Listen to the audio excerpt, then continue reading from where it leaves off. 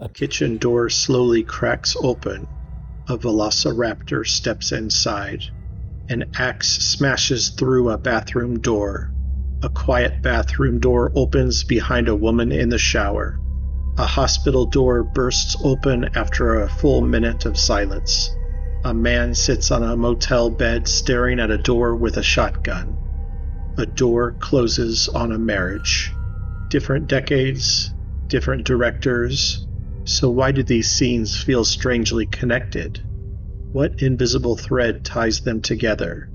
There's a filmmaking trick hiding in plain sight, one you've seen 1,000 times without ever noticing. And once you see it, you can't unsee it, because all of these moments revolve around the same deceptively simple object: a door. In movies, a door isn't just part of the set. A door is a question. What's on the other side? That question is the engine of tension, suspense, and transformation. A closed door hides information. An opening door reveals it. A locked door delays it. And in that tiny gap between what we know and what we fear might be true, that's where cinema comes alive. Two children hide in a stainless steel kitchen. Metal counters, solid walls, a safe room. Then the kitchen door slowly opens. A claw taps the handle. The room hasn't changed, but its meaning has. The door transforms a hiding place into a trap. Wendy locks herself in a bathroom. For a moment, the door feels protective. Then Jack swings the axe. Each hit doesn't just break wood, it measures time. The door becomes a ticking clock, counting down the seconds until safety collapses. Marion Crane showers in a quiet motel bathroom. Steam, water, privacy. Then the bathroom door silently opens. No warning, just the realization that the boundary between safety and danger has vanished. That door marks the exact moment the film and the audience crosses into horror. In The Exorcist 3, a nurse attends to routine matters in a silent hospital before one of the best jump scares in cinema history.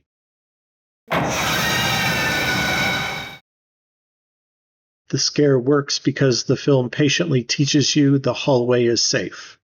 The door becomes the punchline to a joke you didn't know you were hearing. Not every door leads to fear, some lead somewhere far stranger. In Beetlejuice, the afterlife isn't chaos, it's bureaucracy. Waiting rooms, offices, endless systems. Doors don't open into danger, they open into process. The unknown isn't terrifying, it's procedural. The joke is that death doesn't free you from structure. It just gives you a new one. The door doesn't just take you to another world, it shows you how that world works. In Silence of the Lambs, Clarice Starling walks down a corridor of cells. Each door holds something dangerous, but one is different. Hannibal Lecter stands calmly behind the glass. The barrier between them isn't there to protect her. It's there to contain him, or at least it's supposed to. Because as the conversation unfolds, something shifts. The person behind the door might be the one in control. The door doesn't just separate them. It defines who has power and how easily that power can change hands. In No Country for Old Men, Llewellyn Moss sits on a motel bed, shotgun aimed at the door. Somewhere outside is Anton Chigurh. The hallway is silent. Nothing moves. But the door feels alive. Every second might be the moment the handle turns. The door isn't protection. It's fate waiting to arrive. But not every door leads to danger. Some lead to something impossible. In The Chronicles of Narnia, Lucy steps into a wardrobe. Fur coats brush softly against her shoulders. She keeps walking, and then snow. A forest where a bedroom should be. The door doesn't slam, it doesn't threaten, it invites. What makes the moment powerful isn't just where the door leads, it's what it reveals. That the world is bigger than it first appears. That behind something ordinary, there might be something extraordinary waiting. And sometimes that idea becomes something even bigger. In Monsters, Inc., doors aren't barriers, they're portals. A single door can transport a character from the mundane to the magical, from fear to friendship, from the monster world to a child's bedroom. Pixar turns doors into literal gateways of transformation, from one reality to another. Crossing through one doesn't just change location, it changes identity. Some doors don't hide danger, they hide entire worlds. In Coraline, a tiny door in the wall opens into a universe that looks familiar but feels wrong. The colors glow a little too brightly, the meals taste a little too perfect, the people smile a little too wide. It's a door that doesn't just change Coraline's surroundings, it changes her understanding of comfort, temptation, and the cost of wanting life to be better than it is. And then there's Being John Malkovich. On floor 7.5 of an office building, a cramped little door hides a portal into someone else's consciousness. You don't walk into another room, you walk into another person. It's a door that turns identity into a location, a place you can enter, explore, and lose yourself inside. A door that makes the boundary between self and other feel paper thin. These doors don't just move characters from one place to another, they move them from one reality to another. A door becomes the threshold between the world as it is and the world as it might be. Sometimes doors invite philosophical exploration. A path is offered, a threshold appears, you can walk through it or not. But once you do, there's no going back. A door becomes the moment where possibility collapses into reality. In The Godfather, Kay stands in the doorway. Michael looks calm, powerful, untouchable. Then the door slowly closes between them.